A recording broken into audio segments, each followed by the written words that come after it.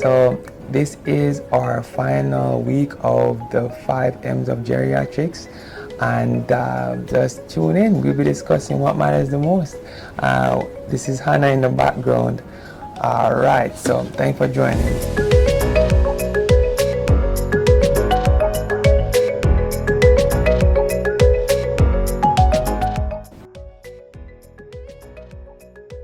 The 5 M's of geriatrics are memory, how to make complex medical decisions, how to use your medications effectively, mobility, and now we're discussing what matters the most. The outline for the presentation, we'll be discussing advanced directives, stats, facts, and trivia regarding advanced directives, why advanced directives are important, helpful definitions, documents to keep and compile, and tips on advanced care planning, and then we're discussing resources that you can access. So advanced directives are legal documents that help to explain how you want medical decisions about you to be made if you cannot make the decisions for yourself. And then the statistic for today is that, this was actually done in 2008, this particular study, but it was found that only 1/3 of adults have an advanced directive in place, and there needs to be more documentation of those wishes. The fact is that advanced care planning is helpful in allowing other persons to know what type of medical care you want. And the Geri trivia for today is that the court cases of Miss Carrie Quinlan and Miss Nancy Cruzan helped to inspire the development of advanced directives in the United States. So why is advanced directive documentation important?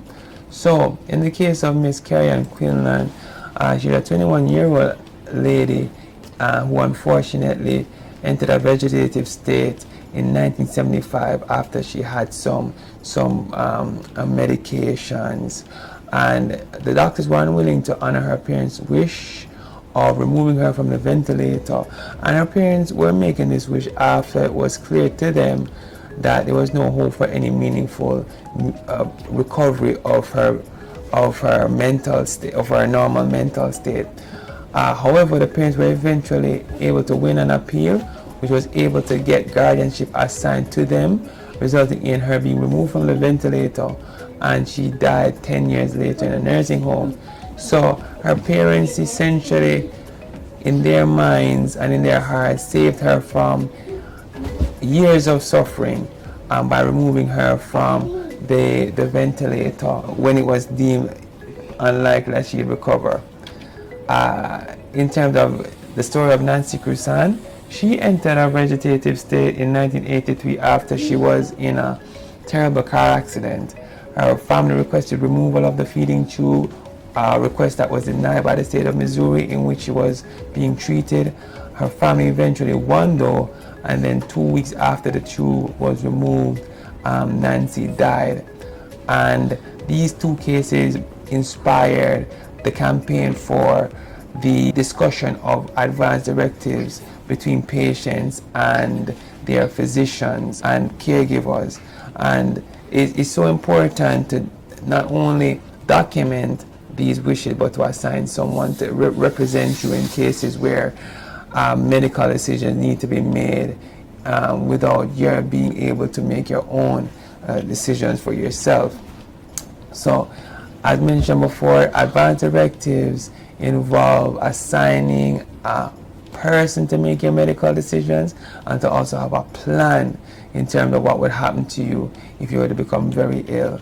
And the persons can be either a durable power of attorney, a default surrogate decision maker, or a court-appointed guardian.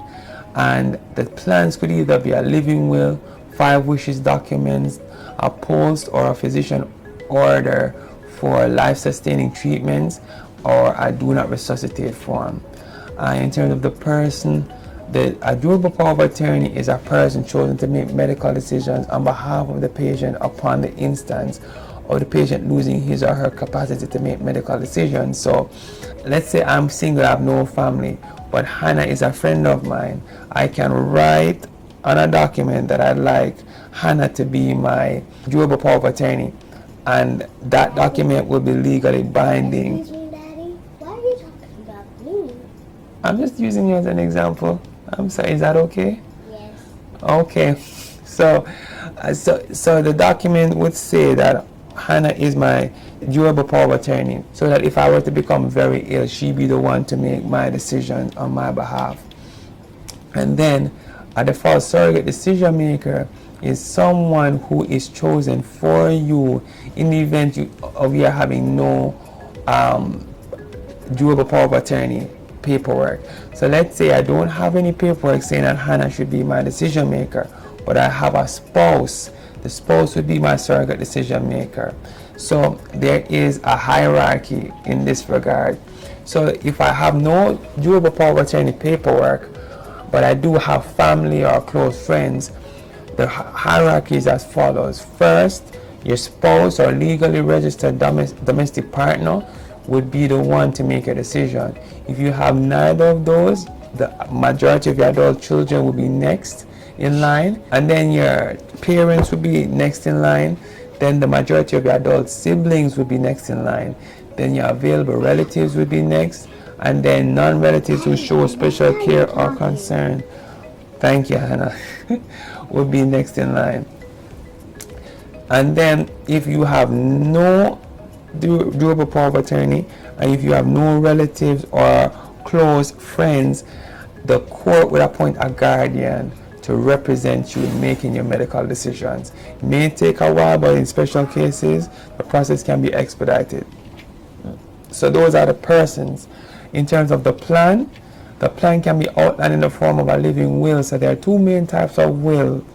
There are the wills that have to do with what happens to your possessions upon death, and then there's the will that has to do with what happens to you when you're still alive but not able to make your own medical decisions. And that's the living will, because you're still alive. And it's called a will because the documents outline what will happen to you or what will happen to your possessions in the event of your death or becoming very ill. So the living will usually has documentation of what your wishes are in terms of whether or not you want to get CPR or would you want to die peacefully and naturally. 2, in terms of the use of a ventilator. 3, in terms of the use of a feeding tube if you're not able to swallow on your own, and also what to do in terms of you having a terminal medical condition like cancer. Would you want treatment if the cancer were to be found incurable? And then a second document available is a 5 wishes document, available online at www.5wishes.org. And the 5 wishes are: 1, the person I want to make care decisions for me when I can't. 2, the kind of medical treatment I want or don't want. 3, how comfortable I want to be. 4, how I want people to treat me. And 5, what I want my loved ones to know. So these are the 5 wishes you're able to document. So there is some overlap with the living will, but either of the two can be used. It's better than not having anything documented. And then the third document is the post, which is the physician order for life-sustaining treatment. So the physician will have a conversation with the family member, the nursing home resident or the assisted living facility resident, and then there will be documentation of what the resident or the patient's wishes would be in terms of whether or not they want to go to the hospital when they get ill, whether they want IV treatment, or whether they want medications if they become very ill. So that's usually put in the chart of most persons who are in an ALF. And then finally, a do not resuscitate order is an order that speaks specifically on whether or not you want to be resuscitated or would you want to die peacefully and naturally, especially if you're at home. When it's completed, it can be put on your fridge. It could be put up all over the home. So if a police officer or if the emergency team comes to your home, 911, if they see this put up, they know not to resuscitate. and to allow you to die peacefully and naturally. It's a legally binding document, and it's something that you could discuss with your physician. Also available on can be put on a bracelet as well. And then finally, in terms of important documents to have readily available in times of an emergency, physician, the name of your physician and the contact information for your physician, your list of medications, organ donation preferences, bank account and financial info, and your insurance information as well.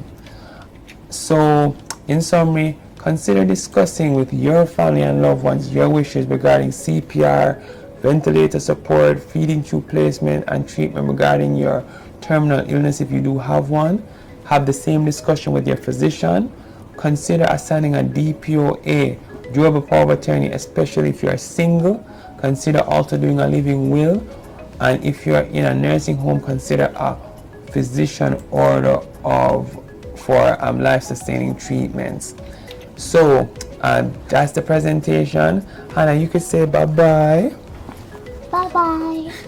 And these are some resources for you. healthinaging.org, CDC, NIH, 5 Wishes. Thank you for supporting GeriTips. We're found on Instagram, TikTok, Facebook, and YouTube. Thank you for your time, guys, and have a good day. Bye-bye.